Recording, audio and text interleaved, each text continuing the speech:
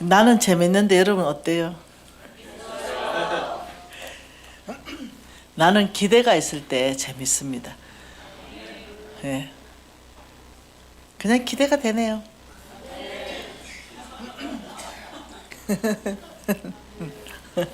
네. 여러분 이미 여러분들은 제 왕의 재정 책으로 공부 다 했잖아요. 그러니 그중 안에서도 중요하고 꼭 삶에 적용해야 되는 거 이런 것 위주로 제가 좀 나누고 싶습니다. 예, 여러분 이제 우리는 좋은 땅 대교를 결정했어요. 예, 그러면 하나님의 성품은 어떤가? 하나님의 성품. 누구의 성품요? 하나님의 성품을 알아야 돼요. 하나님의 성품. 이 하나님의 성품을 보면은 그 다음부터 내가 어떻게 사업을 해야 되는지 알아요. 하나님의 성품대로 사업해야 돼요. 예, 내가 그냥 내 원하는 대로 사업하는 게 아니라 그분의 성품대로. 한번 봐보죠. 첫째는 마태복음 20장 보죠.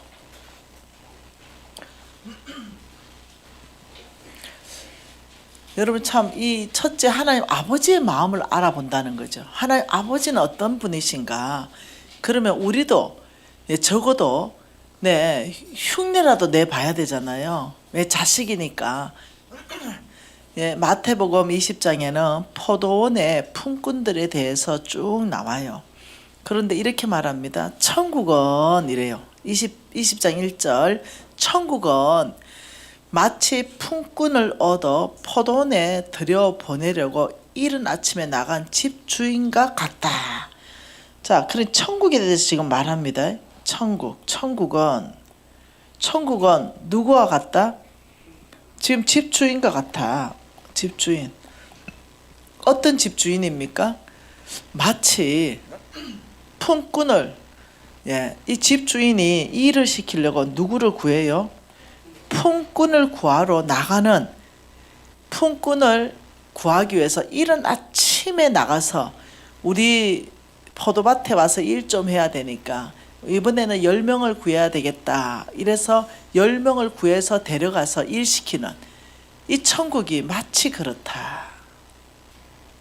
이 천국을 금길 깔려 있고 황금길 깔려 있고 그건 나중에 갈 일이고 이 땅에서부터 우리는 천국을 이루어가는 사람들입니다. 천국은 이런데 이러면서 2절에 그가 하루에 한 데나리온씩 품꾼들과 약속하고 포도원에 들여보내려고 이렇게 말했어요. 자, 품삯이 정해졌어요. 한 데나리온입니다. 그러니까 한 데나리온 품삯이 한 데나리온 이게 이제 품삯입니다. 이게 삭자가 이게 아니지. 품삯입니다. 그렇게 약속하고 제3시는 오전 9시. 오전 9시에 사람들을 들여서 보냈습니다. 이게 3절입니다. 이른 아침 이러면 이른 아침에 오전 7시부터 해야 되네. 이른 아침 오전 7시. 오전에 7시. 이른 아침에 나간 집주인이어서 하루에 한 데나리온 품꾼들과 약속하고 포도원에 들여보냈어요. 이른 아침에 7시. 그 다음 또 이랬잖아요. 또 제3시에 이거는 오전 9시에 또 품꾼을 들여보내고 그러면서 3절 읽어봅시다. 또 제3시에 나가보니 장터에 놀고 서 있는 사람이 또 있는지라 그들에게 이르되 너희도 포도원에 들어가라. 내가 너희에게 상당하게 한 데나리온 주겠다 이 말입니다. 그리고 또 5절에 보니까 제6시 제9시에 이거는 낮 12시입니다. 9시 낮 12시 9시는 오후 3시 오후 3시 그리고 제11시에도 요거는 오후 5시 이래 됩니다. 이제 마감이 언제 6시예요. 이게 이제 마감이에요. 일 마감하는 겁니다. 이렇게 제 11시 오후 5시에도 나가보니 서 있는 사람이 또 있는지라 이르되 너희는 어찌 종일토록 놀고 여기 있느냐. 네. 자, 근데 7절에 그들이 이르되 아닙니다. 우리를 품꾼으로 쓰는 이가 없습니다. 우리는 가족들이 있습니다. 먹여 살려야 됩니다. 1시간이라도 일해야 되는 갈급합니다. 간절합니다. 그래서 놀고 있는 게 아닙니다. 단 1시간이라도 일해줄 주인을 찾고 있습니다. 우리가 그 서 있는 겁니다. 여러분, 이렇게 저는 해석했습니다. 그러면서 내 혼자 이렇게 말합니다. 그렇지. 내가 어디에 있어도 하나님 눈에 띄는 자리에 있어야 되지. 내가 이런 생각했습니다. 그러면서 그러니 하나님 눈에 띄었습니다. 우리 주님 눈에 띄었죠. 너희도 포도원에 들어가라. 그래서 5시에 일하고 1시간 일했습니다. 저물매 포도원 주인이 청지기에 이르되 품꾼을 불러 나중 온 자부터 시작하여 먼저 온 자까지 삭을 주라. 나중에 오후 5시에 온 사람이 한 데나리온을 받았어요. 9절에 제 11시 5시에 온 자가 와서 한 데나리온을 받거늘 먼저 온 자 아침 7시에 온 자 이들이 생각하기를 와 엄청 받겠네 이런 생각했어요. 이게 먼저 온 자들이 와서 더 받을 줄을 알았더니 그들도 한 데나리온을 받았어. 여러분 심정 어떻노? 나 아침 7시부터 지금 6시까지 일했는데 한 데나리온 받았는데 오후 5시 일하라고 한 데나리온 받았어요. 그 심정이 어떠냐고. 그래서 11절에 집주인을 원망했어요. 불의합니다. 불공평합니다. 잘못된 계산입니다. 이랬어요. 그러니 우리 주께서 나중 온 이 사람들은 1시간밖에 일하지 아니하였거늘 그들을 종일 수고하고 더위에 견딘 우리와 같게 하였습니다. 주인이 그 중에 한 사람에게 대답하여 이르되 친구여 내가 내게 잘못한 것이 없노라. 내가 나와 한 데나리온으로 약속하지 않았느냐. 내 것을 가지고 가라. 나중에 온 이 사람에게 너와 같이 주는 것이 내 뜻이니라. 내 것을 가지고 내 뜻대로 할 것 아니냐. 내가 선함으로 네가 나를 악하다고 하느냐. 여러분 이게 선한 겁니까 악한 겁니까? 하루 종일 처자식 먹여 살리기 위해서 일자리를 구하는데 구해주는 사람이 없어서 5시까지라도 1시간을 일하고 단 10,000원이라도 벌어가가지고 우유 한 개라도 사들고 가고 싶은데 근데 우리 주님은 하루 종일 일한 사람도 한 데나리온, 이 5시에 눈에 띈 사람도 한 데나리온.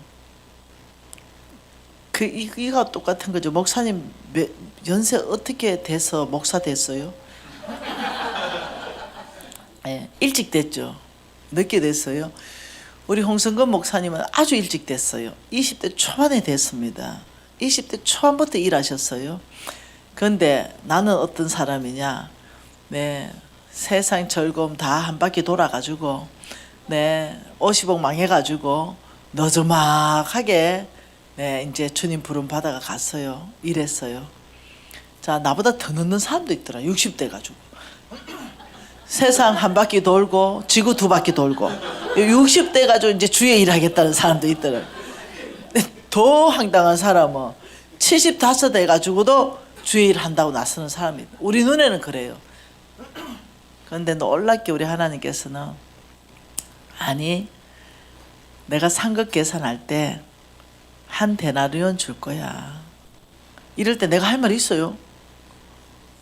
나 할 말 없어요. 네, 이게 바로 천국이다 이래 말하는 거예요. 천국은 이 사람이 1시간밖에 일 안 했지만은 이 사람이 가족을 지키기 위해서 한 데나리온이 필요해. 하루 품삯이. 니는 하루 종일 일해도 하루 한 데나리온 가지고 네 가족 먹일 수 있잖아. 얘는 1시간밖에 못해도 한 데나리온이야 필요하단 말이야. 이렇게 얘기하는 거예요. 이게 바로 천국은 마치 이 포도원에 품꾼을 구하러 나가는 집주인과 같다. 우리 아버지가 얼마나 선한지 보이죠. 자, 이것을 가지고 내가 무엇을 강의하기 위해서 이것을 하는가? 물론 늦게 부름 받아가지고 이제 다 뭔가 깨닫고 교회에서 열심히 주의 사역, 목사님과 함께 막 사역하고 이런 거에 대한 소망을 크게 가지십시오. 네, 우리 하나님은 선하십니다. 이걸로 제가 강의하고 싶은 건 뭐냐면은 우리 주님이 이렇게 선한데 보통 우리는 돈 벌려면 사업을 하잖아요. 이렇게 선한 주님께서 무엇이라고 말하는가? 자, 사업가들 잘 들으셔야 됩니다. 사업가들. 예. 도대체 주님은 뭐라고 말씀하시는가? 한번 봐보죠. 야고보서 5장.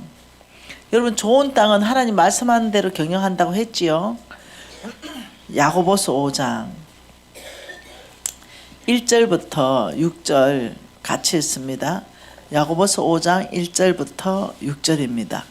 같이 읽을게요. 들으라 부한 자들아, 너희에게 이 말 고생으로 말미암아 울고 통곡하라. 너의 재물은 썩었고 너의 옷은 좀 먹었으며 너의 금은 은은 녹슬었으니 이 녹이 너희에게 증거가 되며 불같이 너의 살을 먹으리라.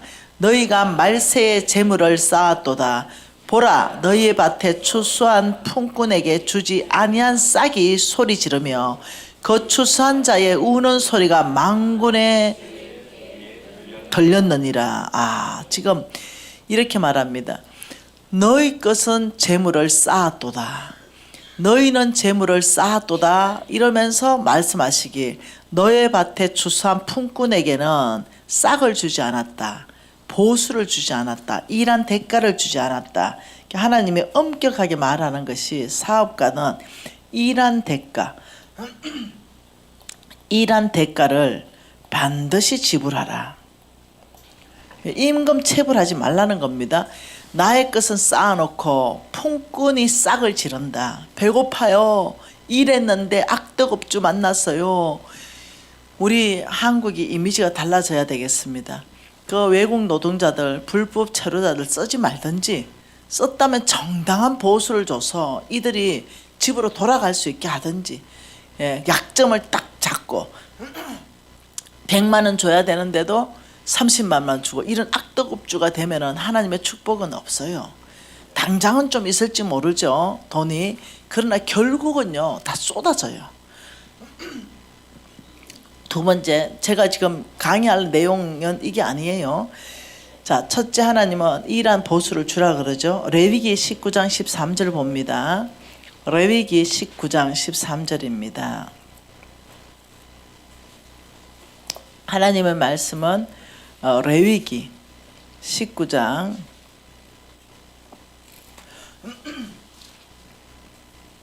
13절입니다. 같이 한번 읽어보지요. 너는 내 이웃을 억압하지 말며 착취하지 말며 품꾼의 삭을 아침까지 밤새도록 내게 두지 말아라. 품꾼의 삭을 뭐라고요? 아침까지 내게 두지 말라. 이 말은 일해서 월급날이면 그날 당장 주라, 이 말입니다. 이것을 안 주고 니는 쌓아놓고 미적거리고 이러지 말아라. 그는 그 품꾼으로 먹고 사는 거다. 그러니 아침까지 두지 말고 즉시 해결해 줘라. 이 말이에요. 또 봅시다. 신명기 24장입니다. 신명기 24장 14절 15절입니다. 신명기 24장 15절 14절 15절입니다. 읽어볼까요? 공고하고 비난한 품꾼은 너의 형제든지 내 땅 성문 안에 우거하는 객이든지 그를 학대하지 말고 그 품삯을 당일에 주고 해진 후까지 미루지 말아라. 이게 하나님의 성품입니다.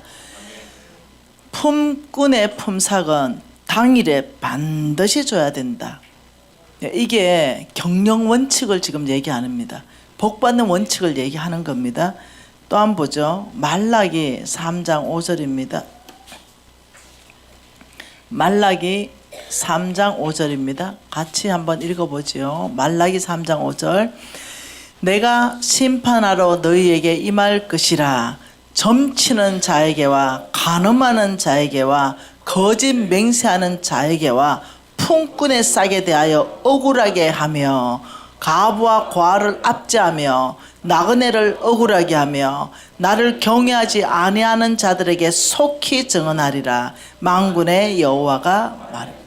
내가 심판하는 날에 너희들 임할 것이다. 우리 주님은 심판하신다는데 점치는 자 심판할 것이다.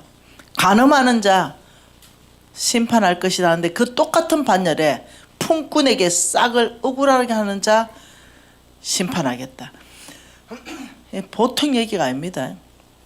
우리 하나님 성품이 어떤지 알겠지요. 네. 민수기 18장 29절도 볼 겁니다. 민수기 18장 29절입니다. 18장 29절 너희가 받은 모든 헌물 중에서 너희는 그 아름다운 것, 그 거룩한 부분을 가져다가 이거 아니네. 민수기 29장 내가 잘못 봤나? 민수기 18장 21절인가? 아 맞네. 이 말 맞네. 예, 여러분 이게 무슨 말이냐면 21절부터 봐야 이해가 됩니다. 내가 이스라엘의 11조를 레위 자손에게 기업으로 다 주어서 그들이 하는 일, 곧 해막에서 하는 일을 갚나니 이렇게 말했죠. 자, 이거 잘 들으세요.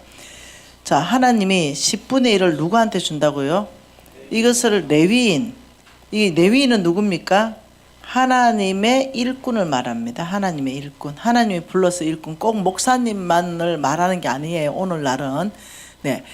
돈 버는 일에 종사하는 사람이 아니라 예, 하나님 나라의 일에 자기의 전입 짭인 사람.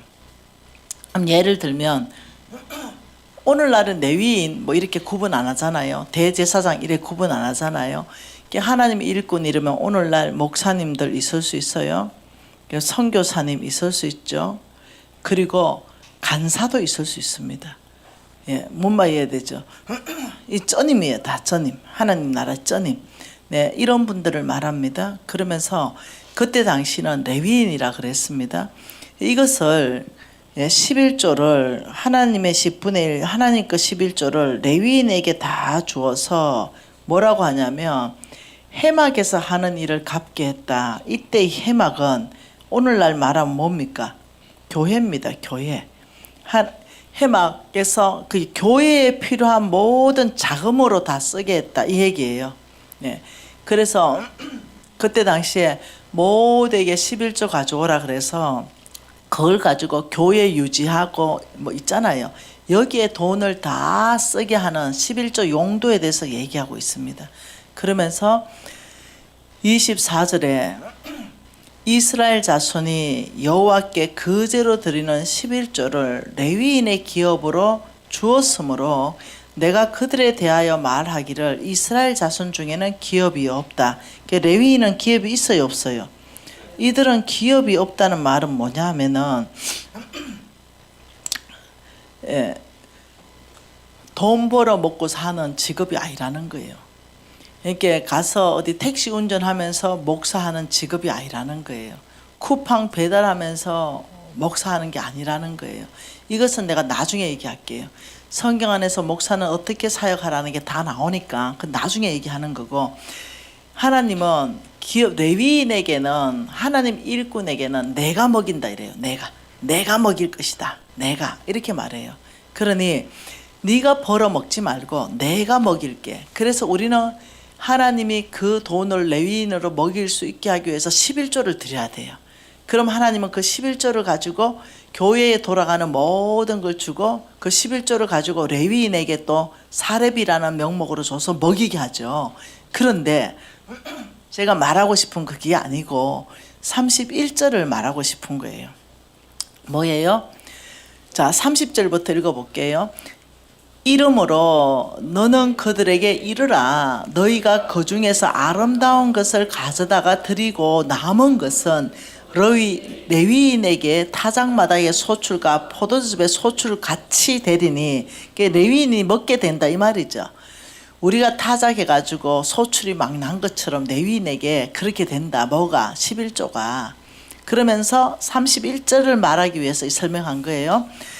너희와 너희의 근속이 어디에 있든지, 너희는 너희 근속 누굽니까? 레위인과 레위인 식구들을 말하는 겁니다. 어디 있든지 이것을 먹을 수 있으면, 이것은 뭐예요? 11조. 하나님에게 드린 11조를 먹을 수 있으면 이는 해막에서 일한 너희의 뭐다? 뭐다? 이 얘기하고 싶은 거죠. 보수. 이 누구한테요? 해막에서 뭘 했다? 일을 했다. 일. 해막에서 일을 누가 했다? 레위인이 했다. 다시 말하면요, 해막에서 일을 한 레위인의 보수를 하나님이 책정했다. 이걸 가지고 제가 뭐라고 말하냐면은, 저는 회사를 경영하잖아요. 그러니 회사를 경영하면은 보통 집에 7시에서 나와가지고 우리 직원들이 저녁에 5시에 끝나고 집에 가면 7시예요. 일하는 시간은 다가 아니지만 거의 12시간을 드리는 거예요. 보통 이게 일반 회사원들입니다. 그리고 12시간을 곱하기 3, 이제 20일쯤 되죠. 다시 말하면 뼈가 빠져버린다는 거예요. 300만 원 나한테 받는 사람이 있을 것이고, 200을 받는 사람이 있을 것이고, 100을 받는 사람이 있을 것이고, 500을 받는 사람이 있을 거 아니에요. 근데 기본적으로 예를 들면 300을 받는다 이러면은 정규직일 거 아니에요. 그러면 300을 받든 500을 받든 이걸 받으려 그러면은 거의 12시간을 하루도 빠짐없이 뼈가 빠지도록 일을 해야 나오는 게 뭐냐면은요, 보수예요. 보수라는 뜻이 뭡니까? 보수라는 것은요, 일을 한 대가를 보수라고 말합니다. 그래서 제가 목사님들하고 선교사님들하고 하나님의 종들, 간사들한테 제가 심장으로 말하는데요, 일 안 하면 보수 안 나와요. 하나님의 사역도. 우리 하나님은 일하기 싫으면 먹지도 말아라 이렇게 말했어요. 한 번은 선교사님 한 분이 저를 찾아왔어요. 그리고는 도움을 요청했죠. 저는 많이 도와줍니다. 우리 NCMN이 1년에 40억을 도와줍니다. 1년에 40억을 외부로 보내요. 그 도움이 요청이 왔어요. 그래서 제가 만나보니까 이 선교사님이, 하나님이 나를 불렀는데 어느 지역에 이제 해외에 나갔는데 아무것도 없다 이거예요. 먹을 것도 없고 애들 공부도 못 시키고 막 이런다는 거예요. 그래서 몇 년째 너무 힘들게 산다. 그래서 내가 선교사님한테 물어봤어요. 선교사님, 죄송한데 하나님이 주의 종으로 부른 거 맞습니까? 근데 쭉 들어보니 100% 맞아. 정말로. 그러면 또 하나 물어봅시다. 선교사님, 하나님은 모든 것의 주인인 거 믿습니까? 믿는데. 뭐 하나님은 모든 것의 공급자 되심을 믿습니까? 믿는데. 그러면 하나님께서는 지금 이 말씀에 보면은 하나님은 일한 보수를 준다고 말하는데 그거 믿습니까? 그것도 믿는데 말씀이 있으니까. 근데 왜 선교사님은 보수가 안 옵니까? 나의 하나님이 거짓말쟁입니까? 가만히 있어. 선교사님 정말 죄송한데 제가 돈 도와드리면 돈 도와드리는 걸로 끝납니다. 그거 뭐 조금 500만 원, 100만 원, 1000만 원 도와줘봤자 그거 몇 달이면 끝납니다. 저는 진짜 대화하고 싶어요. 선교사님, 몇 년을 그렇게 어렵다면 선교사님 300만 원을 보수를 받으려면 우리 직원들이 뼈가 빠져버립니다. 그럼 선교사님, 하나님께서 해막에서 일한 너희의 보수라 했는데 이만큼 우리 직원들만큼 하루에 8시간 뼈가 빠지도록 한번 일해봤습니까? 주를 위해서. 말씀 연구했습니까? 기도했습니까? 전도 나갔습니까? 정말 주님을 위한 일을 하루에 8시간을 뼈가 빠지도록 일을 했습니까? 왜냐하면 하나님은 이 11조를 거둬서 하나님은 너희들이 일한 대가, 해막에서 일한 대가로 내가 너희들을 먹일 것이라고 말하는데 예외 없어요. 우리 하나님 예외 없습니다. 목사님이라면 목사의 일을 해야 됩니다. 선교사라면 선교사 일을 해야 돼요. 일을 해야 됩니다. 교인 하나도 없어도 일을 하셔야 돼요. 중보기도를 해달라도 하셔야 됩니다. 땅받기를 해도 하셔야 돼요. 예배를 드려도 혼자 드려야 됩니다. 말씀을 읽어도 혼자 읽으셔야 돼요. 8시간은 하나님께 채용된 시간이에요. 일해야 됩니다. 세상도 원칙 이런데 하나님 원칙은 더 엄격해요. 선교사님 기분 나쁘게 듣지 마세요. 선교사님이 거기서 일했는데 정말 보수를 받을 만큼 일을 했는데 보수가 안 왔다면 나의 하나님이 거짓말쟁이란 말입니까? 그게 교인이 있고 없고는 상관없어요. 나의 하나님은 하나님의 방법으로 보수를 주니까요. 그 얘기를 했어요. 선교사님, 우리 소위 말하는 우리 그냥 교우들, 남들이 말하는 평신자들, 우리 뼈 빠져요. 우리 300 벌려면 뼈가 빠져가 거기서 11조 가져와요. 그 피 같은 돈이에요. 물론 하나님 거죠. 그 돈 가지고 드시는 겁니다. 그런데 우리만큼 덜 뼈 빠지고 이걸 드시려면 되겠어요? 하나님의 사역자가 일 더 하세요. 그래 정말 회개하고 돌이키세요. 그래 일을 했는데도 만일 안 왔다 이러면 하나님 거짓말쟁이에요. 하나님을 거짓말쟁이로 만들지 마세요. 그 선교사님이 나중에는 우시더라고요. 나한테 큰 깨달음을 줘서 고맙다. 해외 갔더니 사람도 전도도 못하고 너무 힘들어서 솔직히 아무 일도 안 했다. 그냥 선교사네 이랬지만 아예 그냥 일할 마음도 안 생겼다. 하루 종일 유튜브 보고 하루 종일 누워 잤다. 미안하다 이러더라고요. 야, 그 정도로 고백할 정도면 가능성이 있는 사람이에요. 내가 고맙다 그랬어요. 진짜 일을 뼈가 빠지고 했는데도 안 오면 나한테 오라. 그때는 하나님이 나를 통해서 선교사님을 선교라는 줄 내가 알겠다. 근데 그분이 안 오셨어요. 네, 해낸 거죠. 여러분 보세요. 제가 말하는 것은 하나님의 원칙을 지금 가르쳐 주는 겁니다. 이 하나님의 원칙에는 누구도 예외 없습니다. 한 번 더 봐보죠. 로마서 4장 4절. 로마서 4장 4절입니다. 뭐라 그래요? 일하는 자에게는 그 삭이 은혜로 여겨지지 아니하고 보수로 여겨지니라. 명확하게 하죠. 일하는 자에게는 일하는 자는 그 일한 싹이 은혜가 아니라는 거예요. 이거 은혜 아니다. 일한 대가다. 보수다. 이게 맞다. 은혜라는 것은요 뭐냐면 받을 수 없는 중에 받는 겁니다. 이게 은혜입니다. 받을 수 없는 중에 내가 받는 거, 내가 구원받을 수 없는 중에 받는 게 은혜예요. 그런데 주께서 말씀하시기 일하는 자에게 싹을 받는 것은 은혜로 주어지는 게 아니라 보수로 주어지는 거다. 일한 너의 대가로 주어지는 거다. 이렇게 말하면서 너의 레위인들아 11조 먹을 수 있으면 너희들의 일한 보수니라 이렇게 말했어요. 여러분 지금 이 시대 전체는 양쪽 다 회개가 일어나야 됩니다. 주의 종들은 주의 종들로서 큰 회개가 일어나서 주님 앞에 8시간 일해야 돼요. 무엇을 하든 해야 됩니다. 말씀 연구하든 성경 읽든 기도하든 신방하든 전도하든 하나님 맡겨준 그 일을 해라는 겁니다.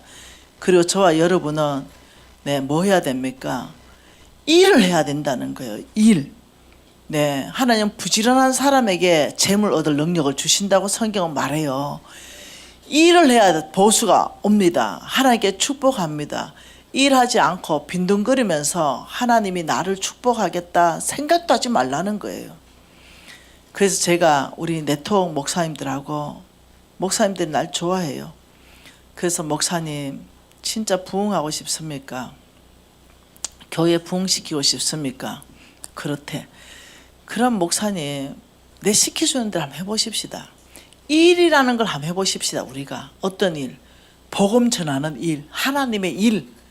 제가 우리 NCMN에 찾아가는 OK를 파송시켜 주겠습니다. 우리 NCM에 찾아가는 OK는 어떤 OK냐면은 이 복음 안 믿는 할머니 할아버지들 다 데리고 와가지고 교회와 함께 복음 전해요. 그런데 네 이분들이 놀랍더라고. 이제 복음 제시하는 거예요. 네. 80대고 90대 보면 지식의 평준화가 일어나가지고 애기가 돼버립니다. 그래서 카드 가지고 복음 제시하는데 100% 영접합니다. 그러면서 저게 부산의 양무리 교회 그 목사님이 그 교회 전체 교인들하고 이 훈련을 받았어요. 우리 NCM에 찾아가는 OK. 그 교회 파송했어요. 그랬더니 이 목사님이 갈급해요. 그 교인들하고 다 받았어요. 그리고는 전도 특공대 그런 정도의 수준이 아니에요. 그래서 그 교회가 매주 새신자 등록한대요. 매주. 네. 우리 NCM에는 어떤 단체냐면 그의 교회를 부흥시키기 위해서 있는 거죠. 할아버지들 모시고 와서 화장 다 시켜서 뭐 합니까? 네, 영정 사진도 찍어줍니다. 장수 사진. 이러면서 재밌게 하면서 얼마나 하나님이 아름다운지 이래 하면서 마음은 다 열면서 복음 다 받아들여요. 교회가 부흥하죠. 그러니 제가 얘기했어요.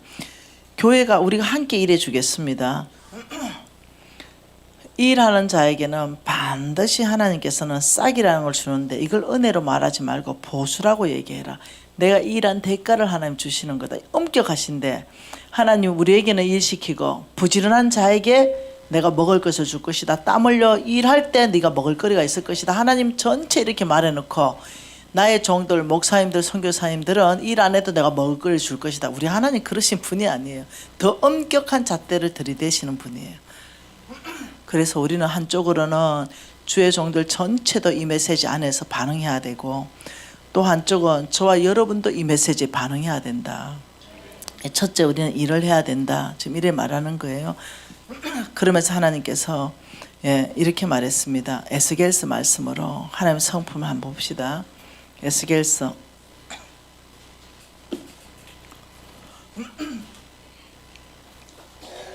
여러분 에스겔서 27장 여기는 두로에 대한 애가인데요.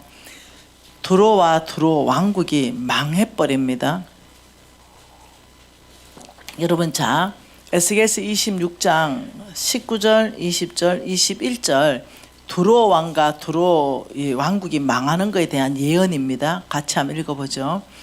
주 여호와께서 이같이 말씀하셨느니라. 내가 너를 주민이 없는 성읍같이 황폐한 성읍이 되게 하고 깊은 바다가 내 위에 오르게 하며 큰 물이 너를 덮게 할 때에 내가 너를 구덩이에 내려가는 자와 함께 내려가서 옛적 사람에게로 나아가게 하고 너를 그 구덩이에 내려간 자와 함께 땅 깊은 곳 예로부터 황폐한 곳에 살게 하리라. 내가 다시는 사람이 거주하는 곳이 되지 못하게 하리니 살아있는 자의 땅에서 영광을 얻지 못하리라. 내가 너를 패망하게 하여 다시는 잊지 못하게 하리니 사람이 비록 너를 찾으나 다시는 영원히 만나지 못하리라. 주 여호와의 말씀이니라. 이게 이 두로 왕국을 하나님께서 멸망시키겠다라고 한 결정이에요. 이게 어떻게 멸망되는가 보십시다. 27절에 보면은 이 두로라는 그 왕국은 어떠냐면 해상 무역의 중심 국가입니다. 그러니 이 작은 그냥 왕국인데 어마어마한 부를 쌓게 되었어요. 수많은 나라와 해상 무역을 했기 때문입니다. 한번 봐보죠. 12절에 같이 읽습니다. 다시스는 각종 보화가 풍부함으로 너와 거래하였으며 은과 철과 주석과 납을 내 물품과 바꿔 갔도다. 야왕과 두발과 메색은 내 상인이 되었음이며 사랑과 녹그릇을 가지고 내 상품과 바꿔 갔도다. 도말과 족속은 말과 군마와 노새를 내 물품과 바꿔 갔도다. 드단 사람은 내 상인이 되어서 여러 섬에 너와 거래하여 상아와 박달나무를 내 물품과 바꿔 갔도다. 너의 제품이 풍부함으로 아람은 너와 거래하여서 남보석 자베수 수놓은 것과 가는배 산호와 홍보석을 내 물품과 바꿔 갔다. 유다와 이스라엘 땅 사람이 내 상인이 되어서 민민밀과 가자와 꿀과 기름과 유황을 내 물품과 바꿔 갔도다. 너의 제품이 많고 각종 보화가 풍부함으로 다메섹이 너와 거래하였으고, 더 안 읽어도 되겠죠. 주변국 전체가 엄청난 무역을 두로와 두로 왕국하고 지금 하고 있다 이거예요. 그러니 두로와 두로 왕국은 얼마나 부자가 됐는지 어마어마한 큰 부자가 되었는데 교만해졌어요. 어떻게 교만해가 하나님이 무찌르느냐면은 28장 4절과 5절 같이 읽습니다. 28장 4, 5절. 내 지혜와 총명으로 재물을 얻었으며 금과 은을 곳간에 저축하였으며 내 큰 지혜와 내 무역으로 재물을 더하고 그 재물로 말미암아 내 마음이 교만하였도다. 그 재물 때문에 타락이 일어났다 이 말이에요. 얼만큼 교만해졌냐면 28장 2절입니다. 인자야 너는 두로 왕에게 이르기를 주 여호와께서 이같이 말씀하시되 내 마음이 교만하여 말하기를 나는 신이라 내가 하나님의 자리 곧 바다 가운데 앉아있다 하도다. 신이야. 난 신이야. 여러분 보통 일이 아닙니다. 재물이 사람을 이렇게 만들어버린 게 우리나라 신이 하나 있죠. 대한항공 땅콩 해안 사건. 그 사람 신된 거예요. 돈으로 안 되는 게 뭐 있어? 돈으로 안 되는 게 뭐가 있어? 야 돌려. 돈의 힘이 돌아가잖아요. 대통령도 못 돌리는 민항기를 돌리잖아요. 이게 교만의 극치를 보여준 겁니다. 전 세계 수치스러운 걸 우리 나라가 일으킨 거예요. 그러니 정말로 엄벌에 쳐야 되는데 손방망이를 하죠. 이 정권들이. 그러니 여러분 보세요. 이건 있을 수 없는 일. 돈이 사람을요 신의 반열에 올립니다. 하나님 없어도 괜찮아. 내 힘으로 내 능력으로 내 지혜로 내 방법으로 나는 괜찮아. 이게 뭐냐? 신되는 겁니다. 하나님 도움 필요 없어. 돈만 있으면 되지. 여러분 제가 질문 하나 해봐요. 여러분 통장에 현찰로 지금 딱 1,000억이 있어. 그런데 난 너무너무 하나님 말씀을 공부하고 싶어서 이 밤에 이 시간에 앉아있다. 몇 명이나 있을 거야. 몇 명이나. 그러니 돈이 꼭 다 좋은 건 아니야. 우리 돈 없기 때문에 앉아있다니까요. 네, 이게 돈이 꼭 좋은 게 아니야. 이 1,000억 정도 있으면은 여기 와서 공부하고 싶은 마음이 일단 그거부터 사라질걸. 여러분 교회가 큰 교회는 아니잖아요. 그런데 1,000억 있는 사람이 이 교회 다니면은 목사님 머리 꼭대기 앉아있을 거예요. 그래 목사님은 오라가라 할걸요. 왜요? 헌금 많이 하고 이 교회 주인 돼버릴걸요. 네. 교만한 사람이 왔다면 말입니다.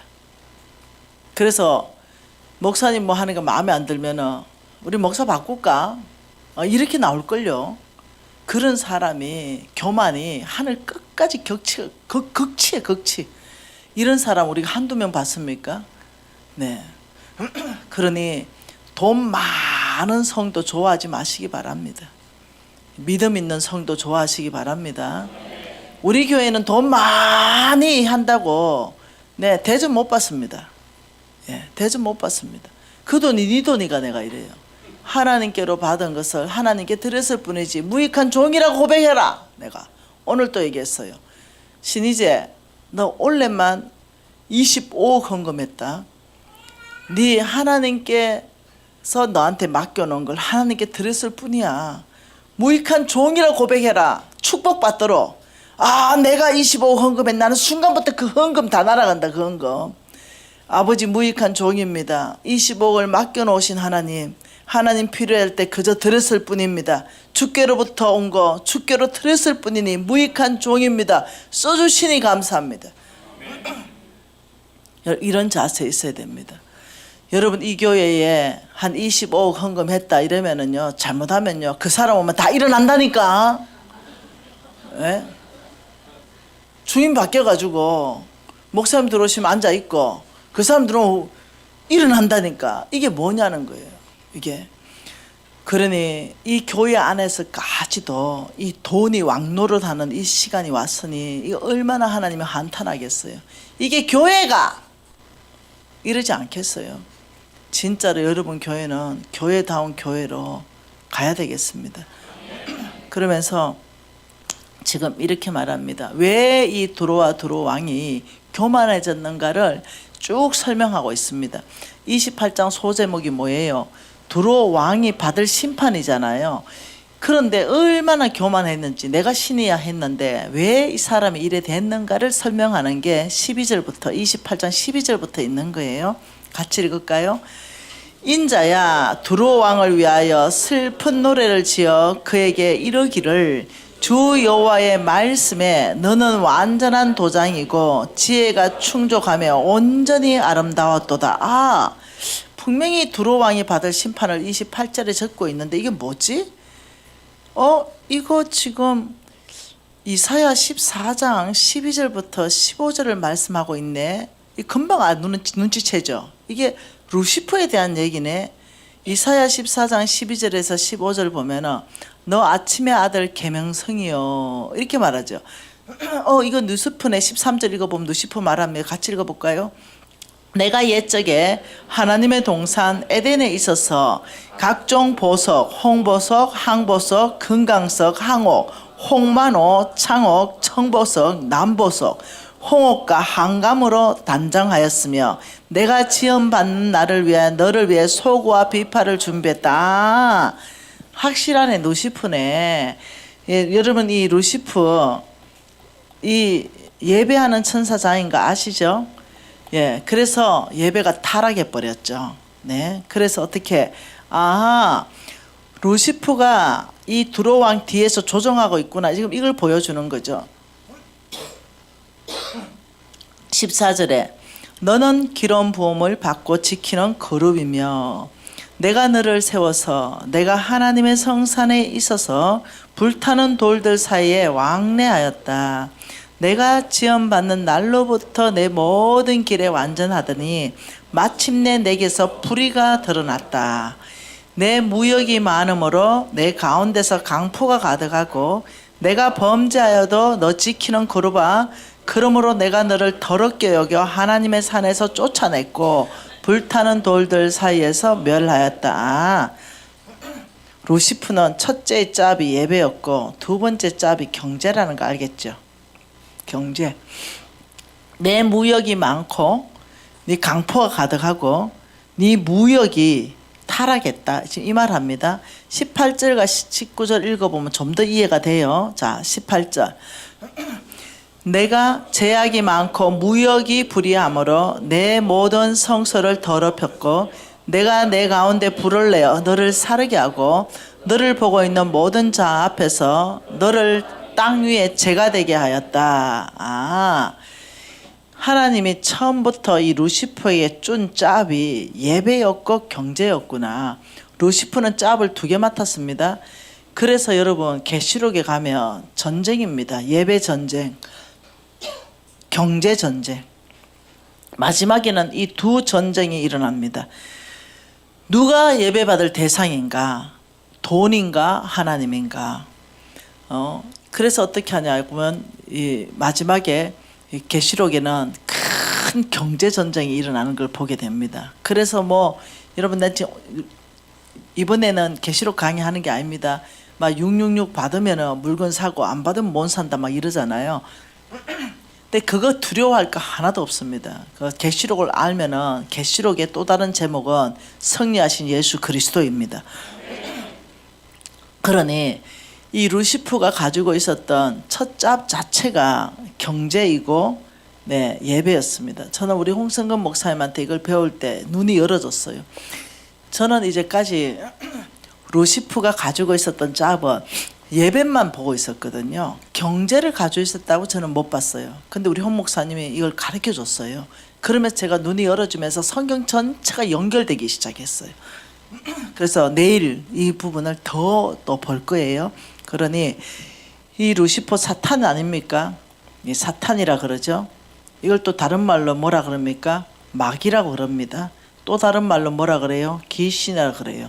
그러니 사탄은 하나님을 대적할 때 쓰는 거고 마귀와 귀신은 사람을 미혹할 때 쓰는 거죠. 그러니 한마디로 말하면 똑같은데 아무튼 이 어둠의 영의 우두머리 이 루시프는 예배를 타락시켰고 경제를 타락시켰습니다. 그래서 이것이 얼마나 심각한 문제를 불러왔는가를 내일 좀 보고요. 자, 그러면 이제 에스겔서 29장으로 갑니다.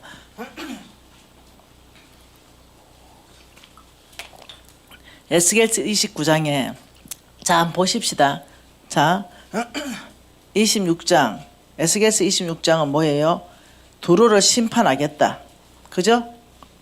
두루를 내가 반드시 심판하겠다. 에스겔서 27장은요. 두루 왕의 영화. 그죠? 영화 얼마나 영화로운가. 예, 봤지요? 28장은 뭐예요? 얼마나 교만한가. 봤지요? 그 뒤에 뭐가 있다? 사탄이 있다. 루시프가 있어서 교만해진 거. 돈에 의해서 장악하고 있는 뒤에 이 어둠의 영. 그 두루 왕 뒤에 있는 어둠의 영이 있다. 이거 지금 밝혔죠? 그럼 지금 내가 보고 싶은 건 29장입니다. 이 29장은 하나님께서 누구를 쓰냐면 너부갓네살요.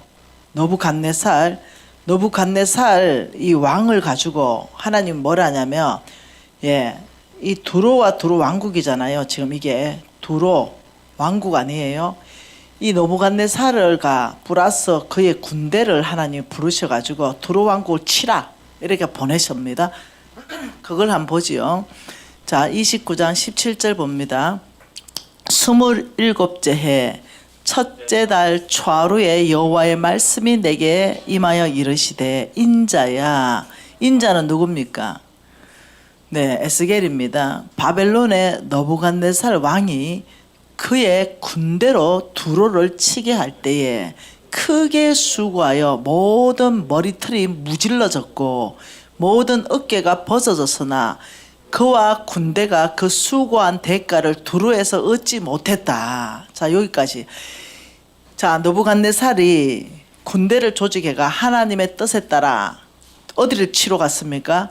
두루 왕국을 치러 갔는데 여기에 뭐가 없었다?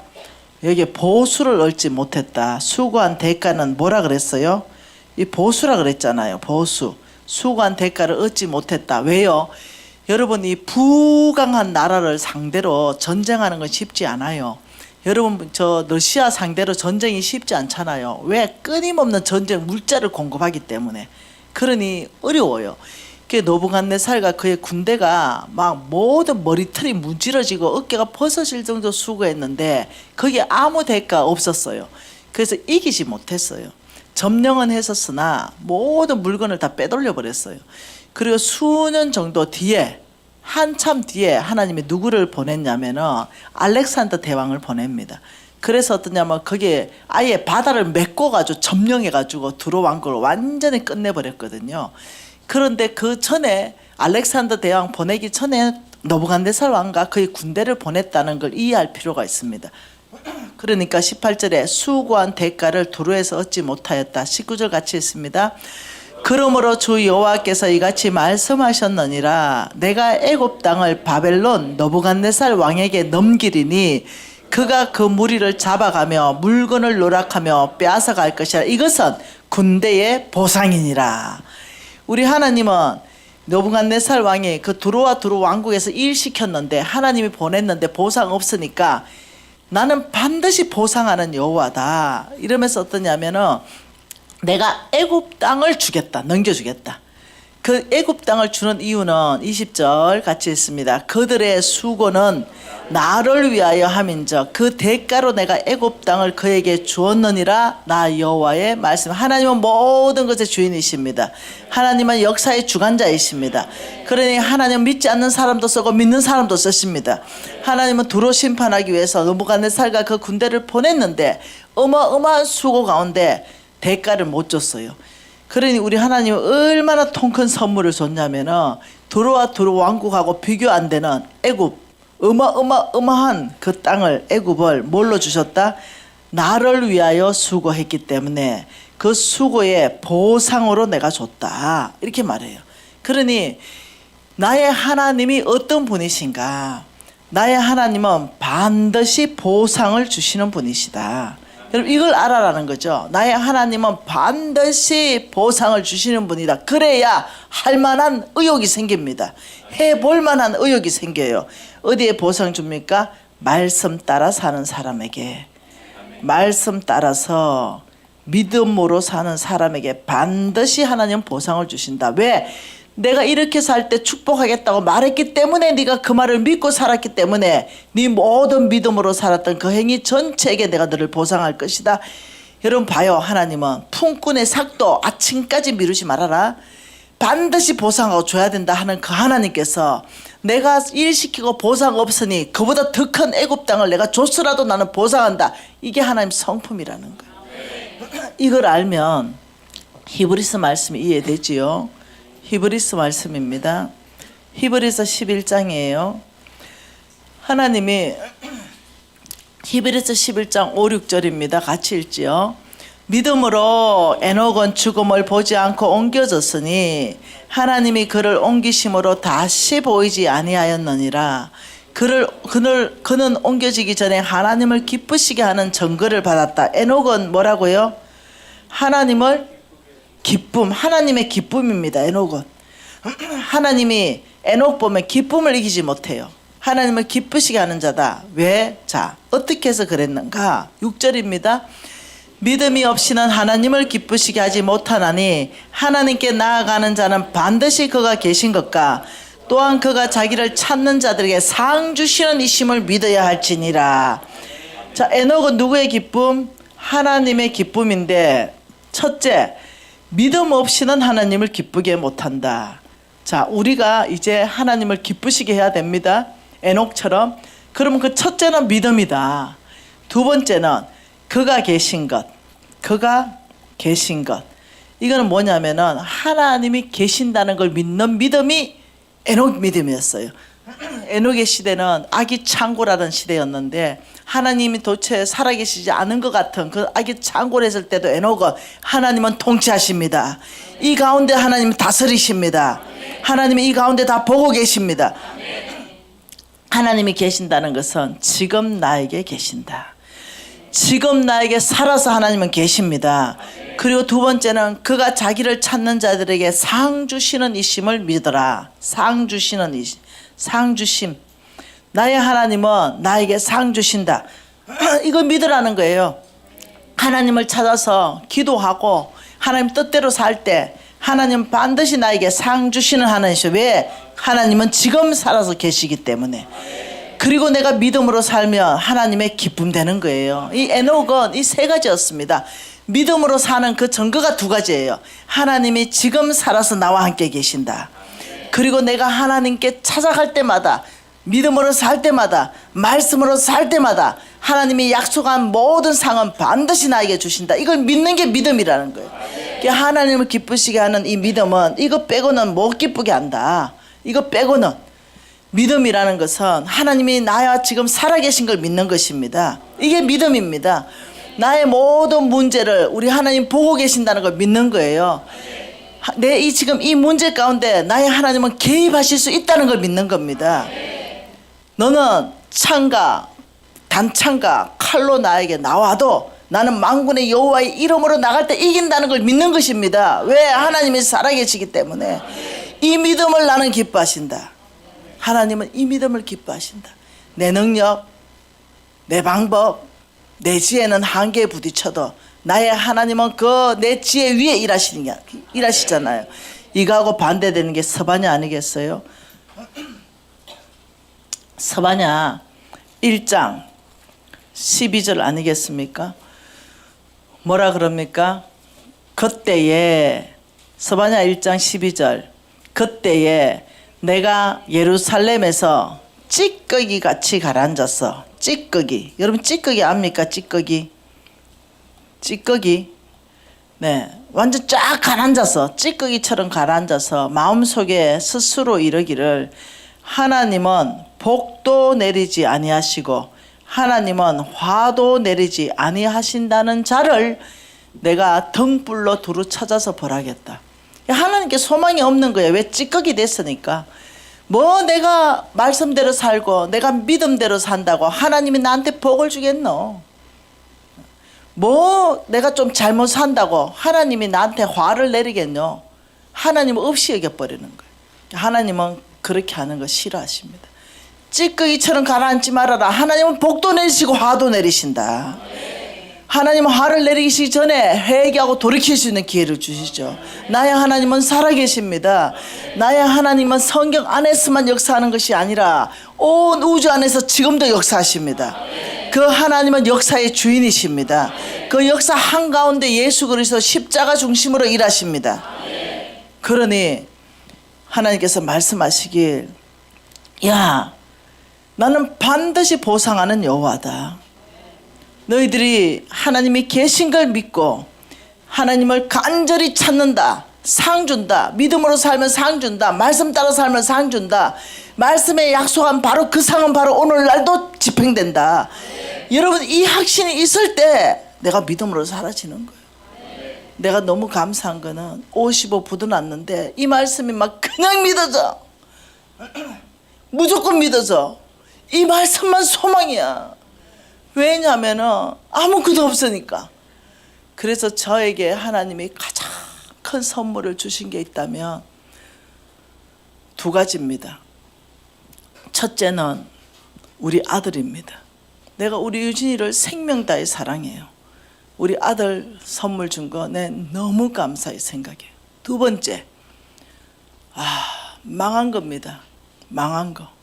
내가 50억 그때 망하지 않았다면 지금 나는 어떤 사람이 되었는가? 짐승이 되어 있었겠. 짐승. 짐승이라는 것은 이겁니다. 생각나는 대로 말하고 느낀 대로 말하고 네. 하나님의 뜻에 따라서 말하고 하나님의 뜻에 따라서 행동하고 이래 안 합니다. 짐승은 하나님 뜻하고 아무 상관없이 지 생각나는데 지 기분대로 이렇게 살지 않겠어요? 돈 많으면 돈 기분 내고 이렇게 살지 않겠어요? 아마 내가 그때 안 망했다면 저는 짐승처럼 살지 않겠는가? 일반 세상 사람처럼 하나님 없는 것처럼 이래 살지 않겠는가? 이 두 가지가 내 인생의 가장 큰 선물인데 그것도 일찍 망하게 하셔가지고 다시 내가 일어날 수 있는 이 기회를 얻었다는 거예요. 아이고 70에 망했으면 어쩔 뻔했어요. 80에 망했으면 어쩔 뻔했어요. 근데 일찍이 망하게 하셔서 깊은 회개 가운데서 요나의 뱃속에 들어갔다 나온 거 아닙니까? 요나의 뱃속에. 그러니 여러분 내가 친절머리 나는 것 중에 하나가 돈입니다. 네, 친절머리가 나. 친절머리가. 나는 나한테 돈 많은 거 내 원하지도 않아. 원하지도 않아. 네, 여러분 내 이 해 입고 다니는 거 봐보세요. 네, 내 친절머리가 나. 네. 얼마나 하나님이 나를 뺑뺑이 돌리고 고생을 시켰는지. 아버지 나한테 맡겨준 돈이 있으면 다 가져가 버리시오. 내가 다 내 또 돈으로 타락해가 주님 손에 또 내 죽고 싶지 않습니다. 그냥 아버지 저 회사 가져가 버리시오. 그리고 주님 하고 싶은 거 뭐 있냐니까 가난한 자 먹이고 싶대. 아버지 먹여버리셔요. 내가 먹여버리세요. 내가 그 회사에 돈 10원짜리 한 장을 지금까지 가져온 적이 없습니다. 그리고 아버지 다 써버리세요. 다 써버리세요. 그랬더니 5,300만 명을 먹이시는데 그 회사를 쓰시는 거예요. 여러분 얼마나 아름다워요. 얼마나 아름답습니까? 우리 하나님께서 얼마나 지혜로우십니까? 여러분 저는 여러분에게 도전합니다. 우리 하나님은 반드시 일한 대가를 주신다. 목사님들도 정신 차리라는 거예요. 선교사들 정신 차리라는 겁니다. 하나님의 일꾼들 정신 차리라는 겁니다. 하나님은 일한 대가를 주신다고 말씀하시지, 일도 안 하는 목사, 일도 안 하는 선교사, 일도 안 하는 간사에게 하나님의 것을 먹이지 않으신다는 거예요.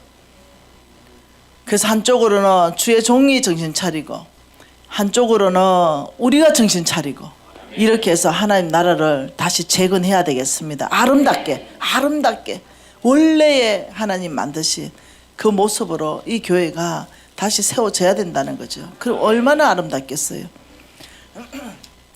한번 봐보죠. 에스겔서 22장입니다. 이게 지금 우리나라의 상황이며 전 세계의 상황입니다. 에스겔서 22장 25절입니다. 그 가운데서 선지자들의 반역함이 우는 사자가 음식물을 움킨 같았도다. 그들이 사람의 영혼을 삼키며 재산과 보물을 탈취하며 과부를 그 가운데 많게 하였다. 선지자들 죄 아니겠어요? 네, 재물의 타락 아니겠습니까? 오늘날 재물에 타락한 목사님들이 한둘입니까? 선지자들의 죄, 선교사님들 재물에 타락한 선교사들 한둘이겠어요? 선지자들이 재산과 보물을 탈취하며, 이거는 재물의 타락이 일어났다. 자, 선지자들 재물의 타락, 그리고 과부들을 많게 하였다. 압제해가지고, 자 22절 26절 그 제사장들은 내 율법을 범하며 성물을 더럽혔다. 거룩한가 속된 것을 구별하지 아니하고 부정한 것과 정한 것을 구별하지 않았다. 한마디로 제사장들까지 타락했다 이거예요. 제사장, 주의 종들 아니겠습니까? 거룩함을 상실했다. 거룩한 삶 상실했다. 제사장들의 생명은 거룩한 삶입니다. 네, 세상과 하나님 걸 구분되는 삶이에요. 근데 이 거룩한 삶 전체 다 무너졌다. 그 27절 그 가운데서 고관들은 음식물을 삼키는 이리 같아 불이한 이익을 얻으려고 피 흘린다. 고관들, 네, 높은 위치에 있는 사람들, 이 또 재물에 타락이 있었다. 그리고 28절에 그 선지자들이 그들을 위하여 해치라고 스스로 허탄한 이상을 보며 거짓 복수를 행하고, 또 선지자들은 또 말합니다. 선지자들은 뭐라고요? 영적인 타락까지 일어났다. 영적인 타락. 그리고 29절에 이 백성이 포악하고 강탈을 인삼고 가난하고 궁핍한 자를 압제했다. 나그네를 부당하게 대했다. 그러니 백성들, 타락. 백성들 이걸 보고 뭐라 그럽니까? 총체적인 죄다. 이거 총체적인 죄 가운데 빠져 있다. 정신 차려야 되는 제사장들 타락하고, 정신 차려야 되는 선지자들 타락하고, 높은 위치에 있는 사람들 다 타락하고, 백성까지 다 타락하니 총체적인 죄에 빠져 있다. 이게 지금 오늘날 모습 아니겠어요? 재물에 타락하고, 거룩함 상실하고, 영적으로 타락하고, 지금 이게 우리 교회의 모습 아니겠습니까? 그러니 지금 이때에 우리가 달라지면 됩니다. 이것을 깨닫는 사람부터 달라지면 됩니다. 오늘 우리 교회부터 달라지면 됩니다. 그러면 하나님께서 달라지는 그 교회부터 하나님 보수를 주겠죠. 달라지는 그 교회부터 축복하겠죠. 제가 섬기는 유비전 교회, 대덕교회로 바뀌었습니다. 유비전 교회에서 대덕교회로 이름이 바뀌었어요. 제가 섬기는 대덕교회는 여기에 헌신했습니다. 이런 총체적인 죄 가운데 우리가 벗어나자. 모든 성도들이 다시 세팅해서 살자. 그리고 우리 목사님들 10분 계신데요, 몽땅 헌신했습니다. 우리 재물에 타락하지 않겠습니다. 우리 거룩함 살겠습니다. 우리 영적으로 타락하지 않겠습니다. 헌신하셨어요. 우리도 헌신했습니다. 우리 목사님 10분들 전심으로 모시겠습니다. 그러면서 우리 교회는 도전했습니다. 이 총체적인 죄 가운데 우리 교회부터 회복하자. 그리고 진짜 교회가 대부흥을 이뤘습니다. 교인들을 삶이 바뀌어버리고, 왜 목사님들을 존경하기 시작하니까 다 바뀌었어요. 여러분, 오늘날 이 큰 이 타락 앞에 지금 우리 수지교회 바꾸십시다. 수지 삐교회인가 이렇던데, 참빛 수지교회, 참빛, 응? 수지 참빛교회. 여러분 수지 참빛교회. 우리부터 바뀌십시다. 내가 여기 저기 왔잖아. 수지 참빛교회. 우리부터 바뀌어버리십시다. 이 말을 깨닫는 사람부터 바뀌어버리십시다. 그러면은 가랑비에 옷 젖는다고 여기 하나 바뀌고 저기 하나 바뀌고 저리 하나 바뀌면 운동이 일어날 수 있습니다. 그래서 오늘 여러분 중요한 메시지를 제가 했지 않습니까? 씨 뿌리는 자로서 말씀을 우리는 받는 자로서 저는 지금 오늘 씨 뿌리는 자로 왔고 여러분은 땅이고 좋은 땅 준비해서 반드시 30배, 60배, 100배로 결실맞는 땅 준비하자 그랬습니다. 그래 하려면 우리는 하나님의 원칙 안에 있어야 된다. 내가 사업을 해도 어떻게 해요? 반드시 보수를 주라. 억울하게 하지 마라. 그 싹이 소리 지르게 하지 말아라. 하나님 우리한테도 그렇게 말하는데 하나님은 하나님의 종들에게 보수를 준다. 일한 대가를 반드시 준다. 우리도 열심히 일하고 이쪽도 열심히 일해야 된다. 영적 지도자도 열심히 일해야 되고 성도들도 열심히 일해야 된다. 그러면서 사업가들은 정말로 지금 사업을 약삭 빠르게 하면 안 된다. 세워야 된다. 내가 사업할 때는 절대로 내가 삭을 반드시 바르게 준다는 걸 세워야 된다. 하루도 연체하지 않는다. 돈 없어 못 주는 건 다른 얘기입니다. 돈이 없어서 못 주는 건 못 주는 겁니다. 그럴 때는 종업원 입장에서 어떻게 해야 돼요? 오히려 월급 안 받아야 돼요. 그러면서 그 회사를 일으키기 위해서 최선을 한번 다해봐야 되는 겁니다. 돈 없어 못 주는 거는 여기 해당하지 않아요. 돈을 쌓아놓고 안 주는 걸 얘기하는 겁니다. 그러니 여러분 우리가 이때에 이때 미진 간사님 보내가지고 이렇게 말씀하시는 것은 재정 강의 그 이상을 지금 말씀하고 계시구나. 여러분이 준비하지 않았다면 재정 강의만 했을 거예요.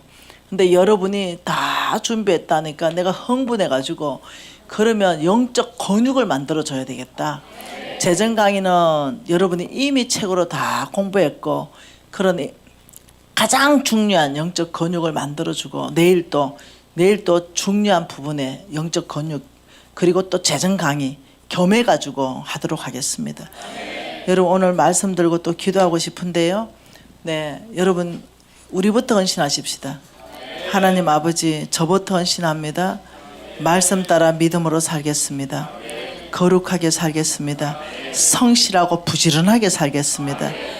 아버지 우리 교회가 모두가 성실하고 부지런하게 일하는 교회 되게 하시고 이거 엄청 중요합니다. 성실하고 부지런하게 일하는 것 통성으로 기도하시겠습니다. 하나님 아버지 감사합니다. 성실하고 부지런한 아버지 교회 되기를 원합니다. 아버지 우리 안에 주신 메시지를 붙잡습니다.